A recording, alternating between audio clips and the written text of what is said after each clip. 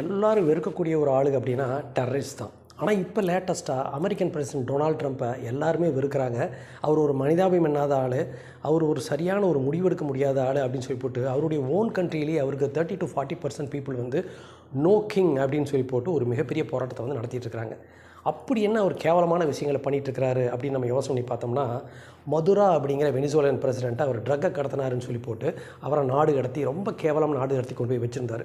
Cuba அப்படிங்கிற சின்ன நாட்டை கிட்டத்தட்ட வந்து பார்த்திங்கன்னா பசியிலையும் பட்னிலையும் இருள்லையும் போட்டு சாகடிச்சிட்ருக்கிறார். அதுக்கும் வந்து இவர் தான் வந்து காரணம். இப்போது ஈரானில் ரெஜிம் சேஞ்ச் அப்படிங்கிற ஒரு சிங்கிள் லைனில் ஈரானை வந்து அவர் நாசம் பண்ணிகிட்ருக்காரு. ஒரு போர் அப்படிங்கிறது வந்து பார்த்திங்கன்னா ஒரு நாட்டின் மேலே தொடுக்கக்கூடிய ஒரு போர் அங்கே இருக்கக்கூடிய மக்களை தான் வந்து பாதிக்கும் அப்படிங்கிறது ரொம்ப ரொம்ப முக்கியம். மக்களை பாதிக்கிறது எப்படின்னா இன்டைரக்டாக குண்டு போட்டு சாகிறது ஒரு பக்கம், அது இல்லாமல் அவங்களுடைய இன்ஃப்ராஸ்ட்ரக்சரை வந்து உடைக்கிறது இன்னொரு பக்கம். ஸோ இப்போ இருக்கிற லேட்டஸ்ட் டெக்னாலஜி எல்லாமே வந்து இன்ஃப்ராஸ்ட்ரக்சரை உடைக்கணும் அப்படிங்கிறத நினைக்கிறாங்க. அது ஒரு மிகப்பெரிய கொடூரமான ஒரு செயல். இன்ஃப்ராஸ்ட்ரக்சரை உடைக்கிறதுனா எனர்ஜி செக்டரை வந்து உடைக்கிறது, அவங்க பொருளாதாரத்தை வந்து முடிவு பண்ணுறது, எல்லாத்தையுமே வந்து ஒழிச்சு கட்டிட்டா அந்த நாடு பிச்சைக்கார நாடு ஆயிரும் அப்படின்னு நினைக்கிறது எவ்வளோ ஒரு கேவலமான ஒரு மனிதாபமான செயல். ஸோ அமெரிக்கன் பிரசிடென்ட் இப்போ அதான் வந்து பண்ணுறாரு. அண்டர் கிரவுண்ட் பங்கர்ஸை வந்து நீங்கள் ஒழிக்கிறீங்க, மிலிட்ரி இன்ஸ்டலேஷன்ஸை வந்து ஒழிக்கிறீங்க, அதெல்லாம் வந்து வேறு விஷயம்.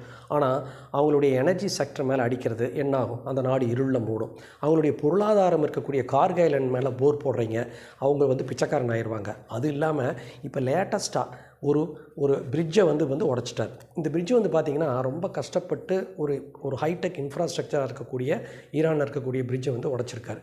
ஸோ இந்த வார்டு வந்து பார்த்திங்கன்னா எஸ்கலேட் ஆகிட்டு தான் இருக்குது, ஒரு அக்லி டர்னுக்கு போயிட்டு தான் இருக்குது அப்படிங்கிறது ரொம்ப ஒரு கவலைப்படக்கூடிய ஒரு விஷயம்.